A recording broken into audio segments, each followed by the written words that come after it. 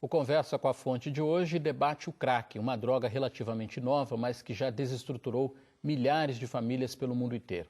Nós estamos discutindo o assunto com o psiquiatra Luiz Renato Carazai, com a psicóloga Cleusa Canã e com a assistente social Eli Lemos.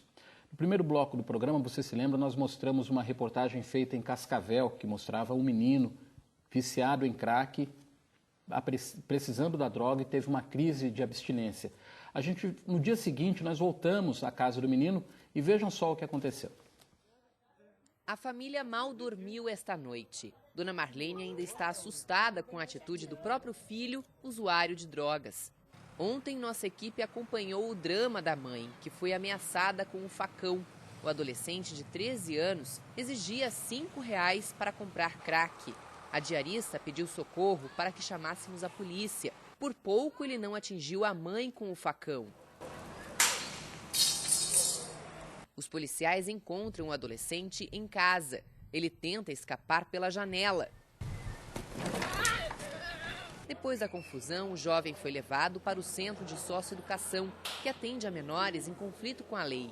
Para a polícia, foram várias infrações. Ato infracional de resistência, lesão corporal, o caso da violência doméstica contra a mãe. A família vem sofrendo há muito tempo com o adolescente por causa do problema das drogas. Antes de seguir a própria mãe, ele ainda quebrou algumas partes da casa. Dona Marlene, ele já vendeu muita coisa também de dentro da sua casa, né? Vendeu. Da coisa, essas coisas, quebra. Só. E ele que quebrou. Uhum. Aqui ele vendeu as panelas. Vendeu. Jarro dele, põe a leite. A gente fica nervosa, né? Não tem mais que nem dizer nada mais, tá louco. Só peço pra Deus, né? Que Deus dê força pra mim e coragem de me vencer. Hoje, Dona Marlene recebeu a visita do presidente do Conselho Antidrogas, que ofereceu ajuda à família. Não é só o garoto que precisa de tratamento. A gente vai passar a acompanhá-la, vou colocar ela num grupo de apoio para que ela possa entender sobre tudo isso que está acontecendo dentro da família dela. O adolescente pode ficar até 3 anos internado, mas quem vai definir o futuro dele será a justiça. Cabe também um alerta às suas famílias que muitas vezes são negligentes, não cuidam dos seus filhos, permitem que eles fiquem na rua e, consequentemente, acabam se viciando nesse tipo de entorpecente. E o delegado Ricardo Riad comenta também sobre quando os drogados chegam no estado crítico. Começa consumindo uma pedra, 2 pedras, 3 pedras por dia. Dali a pouco, quando ele se torna um viciado crítico, o que ele tiver na mão de dinheiro, ele vai fumar em pedra naquele dia. Então ele passa a não ter dinheiro para sustentar o seu vício, mesmo sendo uma pedra R$10. Bom, e aí começa, né, a criminalidade, né, doutor Renato? Mas voltando à história lá de Cascavel, um menino fraquinho, ele consegue destruir uma casa. Como é que isso acontece? Exatamente o que ele dizia. Porque como altera a função frontal do cérebro, é o que dá para ele o limite. E todo indivíduo que está mais assustado, e quando ele está sob efeito do crack, ele está amedrontado, porque também existem quadros psiquiátricos que vêm se sobrepondo a isso, que são as paranoias, a irritabilidade, a agressividade e o pânico que ele entra de tentar pensar na ideia que vai poder ficar sem a droga. Então isso faz com que a força dele se redobre. É como qualquer outro animal que quando está assustado ele avança contra um agressor. Então isso nós vamos ver no crack muito frequente. Isso tem uma explicação neurológica, tem fisiológica, e daí a importância que o crack faz uma alteração química cerebral. Daí o que a Cleusa dizia do tratamento, para a gente poder lidar nesse momento com o indivíduo usuário que está em abstinência, muitas vezes é necessário a medicação que faz um reequilíbrio desse funcionamento cerebral para tirar a compulsão, para estabilizar o humor dele e tirar essa ansiedade, essa angústia e a violência. O tratamento sem remédios é muito difícil. Muito difícil. Mesmo numa internação, onde se trabalha com o mínimo possível da medicação, ou muitas vezes sem medicação, a aderência desse paciente ao tratamento é muito baixa, porque ele está sempre se programando para fugir, ou ele agride outros para ser mandado embora. Então, a medicação, nesse ponto inicial da desintoxicação, é fundamental. Com a medicação, muitas vezes, não é necessário nem a internação, se consegue. Agora, não adianta nós querermos que ele pare de usar droga. Nós precisamos querer que ele queira parar. E esse caminho que é extremamente importante. O contato com a família, que a família seja orientada em mudanças de hábitos de vida, mudança de contato com ele. Não adianta a família fazer o que sempre vem fazendo, ela tem que ter uma mudança. E nessa mudança nós precisamos ajudar. Então, se a doença envolve o indivíduo e a família, o tratamento também vai precisar envolver o indivíduo e a família. Mas nem sempre é assim, né? Nós, na CRAVE, né, nós trabalhamos, e eu concordo plenamente com o que o Dr. Renato e a Cleusa falaram, a respeito da desintoxicação. É necessária a desintoxicação. Nós temos que trabalhar as 4 áreas, o bio, psico, sócio e o espiritual, para que essa pessoa retome, né, a sua cidadania. Como ele, como uma criança, ele ainda está construindo. Então, a gente vai dar um empurrãozinho para que ele possa ver isso. Mas a família é papel fundamental na recuperação. Porque se a família não estiver estruturada, se a família não conseguir, pelo menos assim, tentar criar um contexto de abstinência para essa pessoa, ele não vai conseguir. Porque é como eu comentei antes, aqui fora tudo favorece, né? Todos os meios. Hoje eu não preciso de dinheiro para usar droga. No caso de uma adolescente, de uma jovem adulta, ela vai se prostituir. No caso de um menino, ele vai roubar. E assim vai, as consequências do uso. E como é uma droga que o uso faz com que a pessoa seja assim, devastador, rápido, em curto tempo, né? É necessária essa desintoxicação, é necessário esse contato com a família, para que a família possa estar presente e a mesma linguagem que está sendo falada com o adolescente ou o adulto, também vai ser falada com a família. Então, eles precisam estar na mesma sintonia, para quando ele saia do tratamento, ele possa criar esse contexto de abstinência. E o crack é uma droga que atinge quase que 100% os jovens, né? A maioria dos jovens, né, na faixa aí de 13 a 25, 28 anos, mas hoje é muito comum nós encontrarmos pessoas com 45, 50 anos também dependentes de crack, que já fazem uso há 10, 15 anos, né? Na faixa de 30, 40 anos. Então, hoje não tem muito um padrão definido, porque ele se disseminou em todas as classes sociais, em todas as faixas etárias. Agora, é evidente que a cada fase da vida, o sucesso do tratamento é diferente. Então, uma pessoa que está com 13, 14, 15 anos, que não tem ainda um contexto de vida estabelecido, que não tem muito a perder, a não ser questões mais subjetivas, ele tem mais dificuldade de fazer esse confronto, né? E avaliar as perdas para que ele possa motivar-se a parar. Uma pessoa com 30 anos, que tem filho, que está casado, ou ainda tem emprego, já tem uma profissão, abandonou, mas ele já pode retomar, ele tem um outro nível de motivação. Então, independente da faixa etária que ele se encontra, o que importa é que o profissional que vai atendê-lo seja habilidoso para motivá-lo a querer parar, né? E aí, em cada uma dessas etapas, existe um indicador para isso, né? Quanto mais tarde a pessoa procurar tratamento, maior é a dificuldade para ele parar, apesar de ele ter muitas coisas a perder, né? Porque ele está com o contexto de vida dele já estabelecido.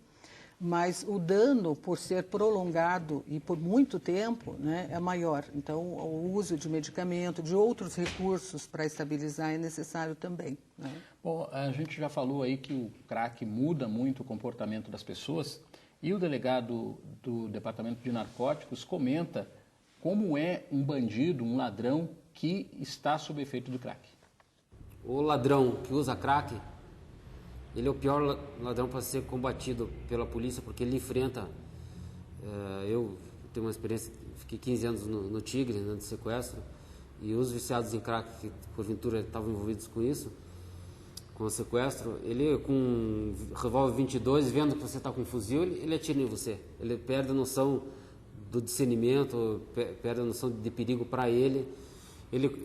O viciado também, quando está assaltando alguém, ele perde a noção de que não deve atirar, não deve matar, ele não sabe se comportar na sociedade. Então, a ação do viciado é drástica.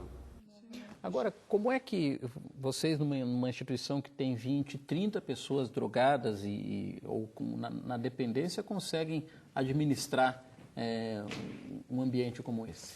Na comunidade terapêutica, o tratamento ele parte de um processo de elegibilidade. Então, é feita uma avaliação inicial, onde a gente vai ver o grau de comprometimento da pessoa. Se ela tiver comprometimento leve, moderado, ela tem condições, é o nosso perfil para tratamento. Se for grave, daí ela vai ter que passar primeiro por uma desintoxicação num hospital ou numa clínica, para depois vir para a comunidade, porque senão daí não tem como você fazer um trabalho efetivo. Porque ela vai precisar desse primeiro momento de medicação, para que venha o equilíbrio químico no corpo dela de novo, né, para que ela possa dar conta das atividades que ela vai ter que fazer na comunidade.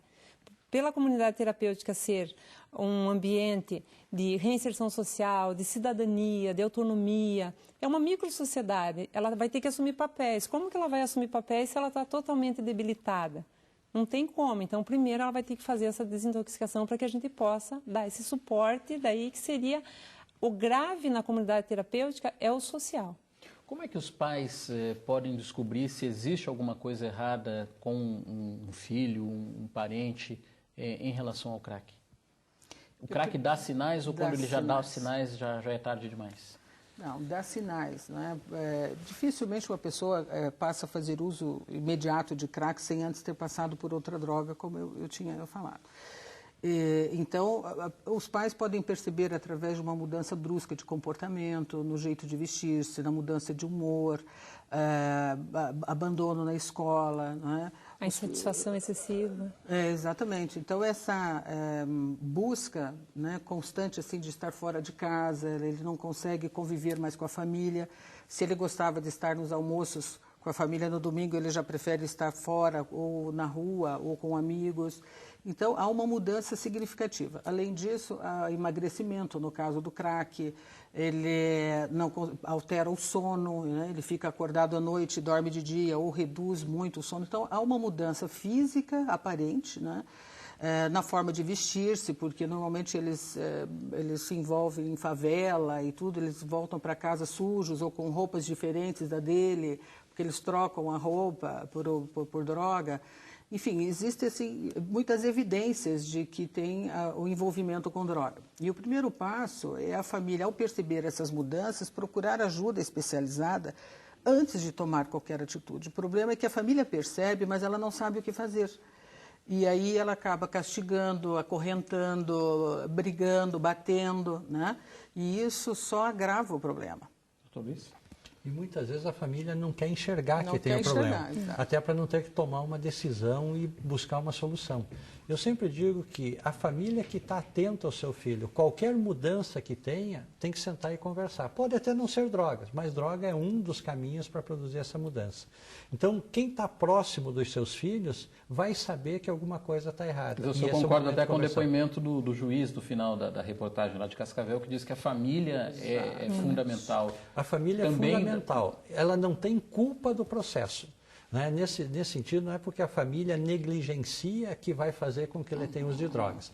Mas a família, por não saber como lidar, não saber como agir, e como simula muito uma questão de crise de adolescência, a família fica na dúvida se é uma transição da adolescência, se é uma coisa que vai passar, é só esse momento, ou se tem a ver com droga.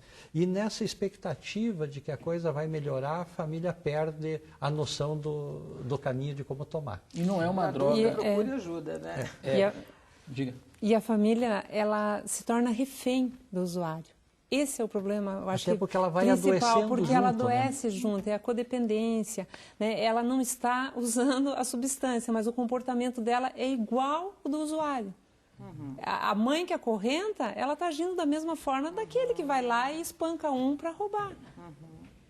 Né? Então, a família adoece junto, fica refém do usuário, e daí é aquela questão de ter toda uma rede de suporte para poder trazer essa família e o usuário para que eles tenham essa assistência.